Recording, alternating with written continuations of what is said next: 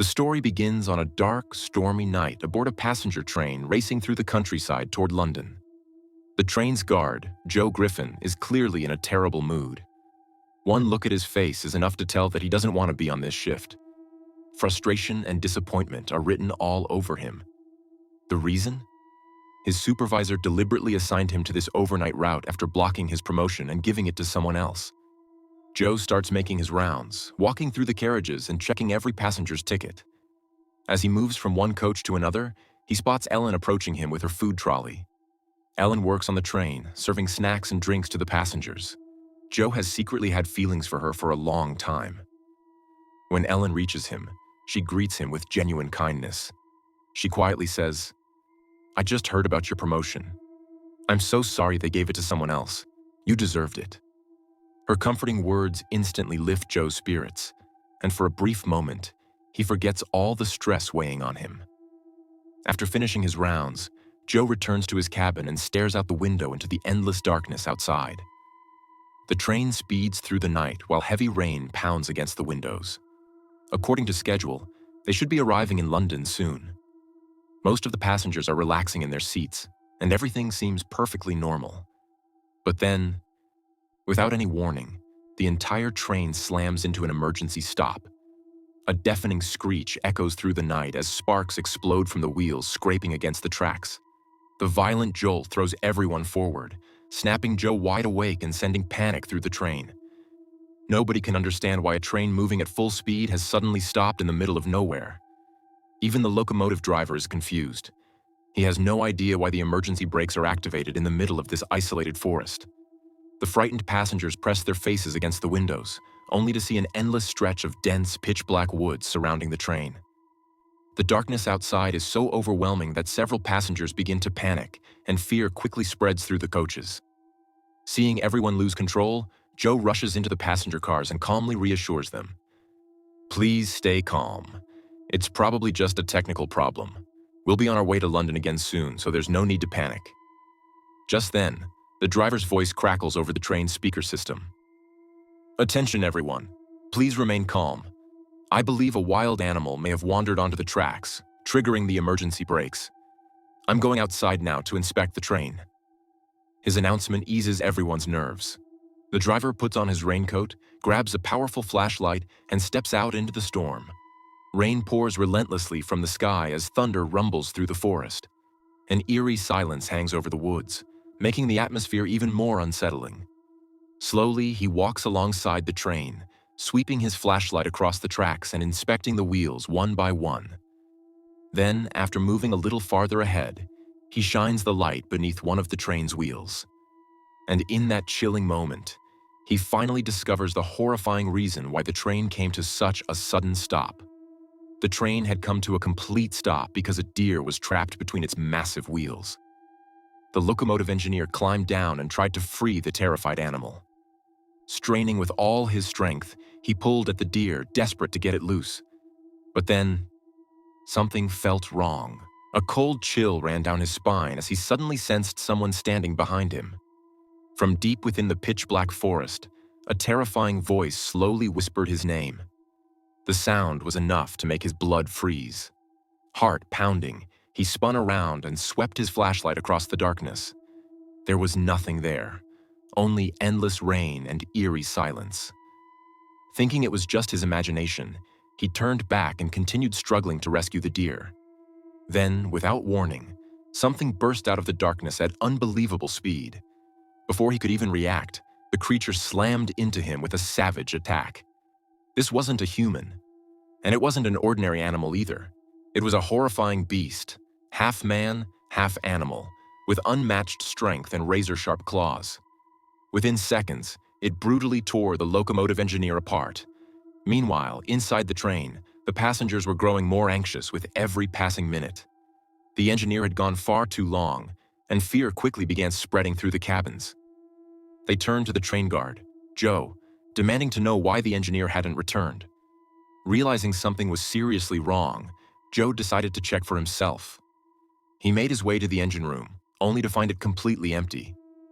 The cabin door was still wide open, confirming that the engineer had stepped outside, but never came back.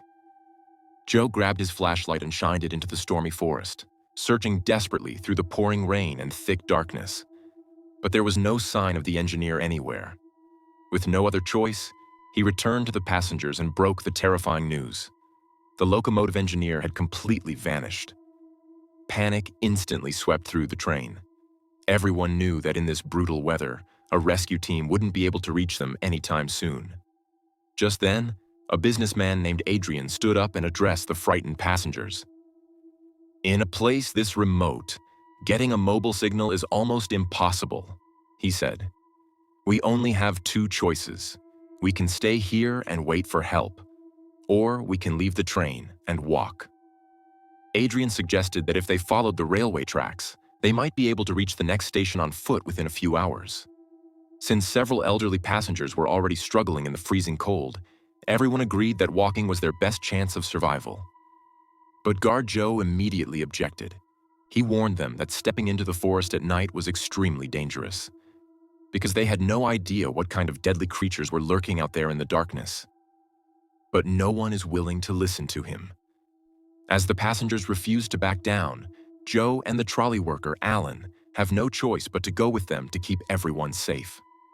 One by one, the passengers step off the train and begin walking along the muddy railroad tracks. Joe leads the group because he's carrying the only flashlight. But after they make it a short distance from the train, the beam of his flashlight lands on the locomotive driver's body lying beside the tracks. The corpse is covered in blood and looks like it has been brutally torn apart. The horrifying sight sends the entire group into a panic. Women and children scream in terror. And then, out of the darkness of the forest, strange and terrifying noises begin echoing through the night. Everyone immediately turns around and sprints back toward the train, desperate to save their lives. Slipping through the mud and heavy rain, the passengers struggle to climb back inside before whatever is out there reaches them. Among the crowd is an elderly couple. The old man barely manages to pull himself into the train.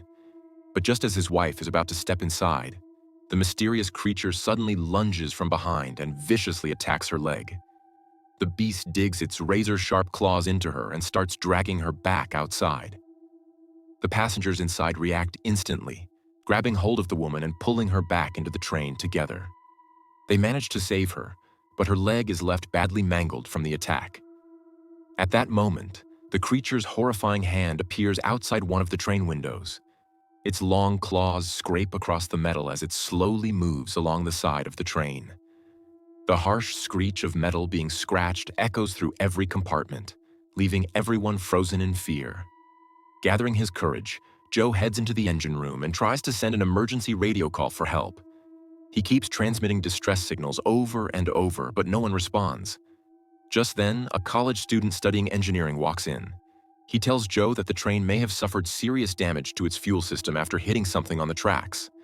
Confident in his skills, the student says that if they can get outside and repair the fuel system, there's a chance they can restart the train. Meanwhile, inside the passenger car, fear has completely taken over. No one knows whether it's safer to stay inside or make a run for it. But then everyone hears something that makes the situation even worse. Heavy footsteps begin echoing across the roof of the train. The passengers fall completely silent, listening as whatever is out there slowly walks above their heads. And just then, the teenage girl's phone suddenly picks up a signal, and her mother's call starts ringing. The girl doesn't hesitate. She rushes to the window and tries to speak to whoever is outside. But in the next second, the terrifying creature drops down from above and smashes through the thick glass with unbelievable force. Before anyone can react, it grabs the girl right in front of everyone and drags her out through the shattered window. Watching the horrifying scene unfold leaves the entire train in shock. It is now painfully clear that the savage creature has claimed yet another victim. Realizing they're next if they do nothing, the passengers decide to seal the train car from the inside. They gather everything they can find and turn any sharp or heavy object into a weapon. Then they barricade every window and door with luggage and heavy equipment, hoping it will be enough to keep the monster out. Meanwhile, a football player traveling with them is completely drunk. Stumbling through the aisle, he makes his way into the restroom and locks the door behind him. When Joe notices he's gone, He knocks on the restroom door and tells him to come out. But the lock is jammed, and the player can't open it. Suddenly, a deafening crash shakes the entire train. The creature tears straight through the steel roof with incredible strength and drops into the restroom section. Before the terrified football player can even scream, the monster grabs him in its massive claws and drags him back through the hole in the roof. Joe witnesses the entire nightmare with his own eyes, frozen in absolute terror. The bloodthirsty creature immediately turns its attention to Joe and launches another deadly attack. Joe runs for his life, sprinting through the train as the monster chases him. That's when everyone finally realizes the truth. The creature isn't just a monster. It's a deadly werewolf. Fortunately, the passengers were ready. The moment the werewolf enters their train car, they attack together with every weapon they have. The beast is unbelievably powerful, but it can't withstand the combined assault. After a brutal fight, the passengers finally manage to kill it. As everyone gathers around the body, no one can figure out what they're looking at. Then someone notices something shocking. A gold ring still wrapped around the werewolf's finger. Seeing a human ring on the hand of a beast sends chills through everyone. They suddenly realize the horrifying truth. This monster was once an ordinary human being. At that moment, everyone's attention shifts to the elderly man whose wife had been bitten by the werewolf earlier. The bite wound has already begun changing her. Dark veins spread beneath her skin, and terrifying signs of infection become impossible to ignore. It's obvious she's slowly transforming into another werewolf. The businessman, Adrian, panics and shouts that they have to kill the woman immediately before she turns and attacks everyone. But Joe refuses. He stands in front of her and argues that she's still alive, still human, and they have no right to take her life yet. Adrian refuses to listen to anyone. With no other choice, the survivors pin him down and tie him tightly to one of the train seats. To be safe, they also restrain the elderly woman who was bitten earlier, knowing the infection is spreading through her body. Just then, the engineering student steps forward with a risky plan. He says he'll go outside, repair the train's fuel system, and give them a signal once it's fixed. As soon as they see his signal, they should start the engine. Another passenger volunteers to go with him. Outside, a brutal storm is raging. The student crawls beneath the train and begins repairing the damaged fuel pipe while eerie noises echo through the dark forest. Suddenly, they hear what sounds like a little boy crying somewhere in the woods. The passenger with the student starts walking toward the sound, convinced someone needs help. The student warns him to stop, but he ignores the warning and disappears into the darkness. A few moments later, the student finishes repairing the fuel line and gives the signal. Joe immediately starts the engine. As the train roars back to life, the student crawls out from underneath, only to discover that the passenger who wandered into the forest has already been slaughtered. Then he notices something even more terrifying. Wolf-like legs standing upright in the darkness. 3 savage werewolves have arrived and begin searching beneath the train for him. Thinking fast, the student grabs onto the pipes under the train and hangs completely off the ground. The werewolves search everywhere but fail to spot him. From inside the train, Joe sees that even more werewolves are charging toward them. He slams the throttle forward, trying to get the train moving at full speed. But before it can build enough momentum, several werewolves leap aboard. One of them bursts into the passenger car and grabs the divorced woman. Adrian is standing right beside her. Instead of helping, he sacrifices her without hesitation, shoving the helpless woman off the moving train to save himself. Meanwhile, the elderly woman who was bitten earlier finally completes her horrifying transformation. She turns into a full-fledged werewolf, snaps the ropes holding her, and lunges straight at Adrian. At the last second, Joe rushes in from behind and kills the monstrous creature with his weapon. Moments later, Joe learns the horrifying truth, that Adrian deliberately pushed the helpless woman off the train just to save his own life. Furious, Joe attacks Adrian. But Adrian manages to shove him away, escapes into the next train car, and locks the door behind him. Just then, the fuel system begins leaking again. The engine dies, and the train grinds to a halt in the middle of the forest once more. Within seconds, a pack of werewolves storms into the carriage where Joe and Ellen are trapped. With nowhere left to run, they prepare for the worst. Suddenly, the engineering student reappears after hiding beneath the train. Without wasting a second, he pours chemicals across the entire carriage and sets it ablaze. Towering flames erupt, forcing the werewolves to retreat for a brief moment. But the relief doesn't last. The monsters charge through the fire, overpower the student, drag him screaming into the forest, and tear him apart. Joe and Ellen realize staying on the train is a death sentence. They abandon the burning train and sprint into the forest, hoping to reach a nearby railway station before the creatures catch them. But the nightmare isn't over. As they run through the woods, werewolves surround them from every direction. Joe instantly realizes neither of them will survive together.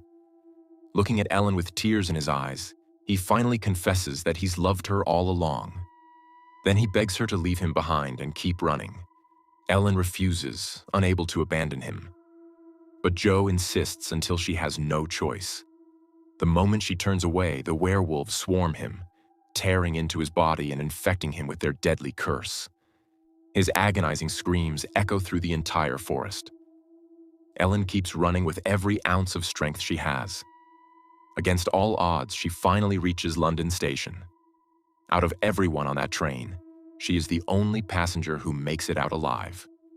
Meanwhile, deep in the dark forest, the selfish Adrian is still desperately running for his life. Suddenly, a massive werewolf steps out of the shadows and blocks his path. Adrian freezes in terror. But when he looks closer, he realizes the horrifying truth. The creature standing before him is Joe. Now completely transformed into a bloodthirsty werewolf, every trace of humanity has vanished from his eyes. Without hesitation, the monstrous Joe launches himself at Adrian and brutally tears him apart. And with that chilling final scene, this terrifying werewolf nightmare comes to a horrifying end. So, what did you think of this story? Let us know in the comments, and subscribe for more terrifying horror recaps.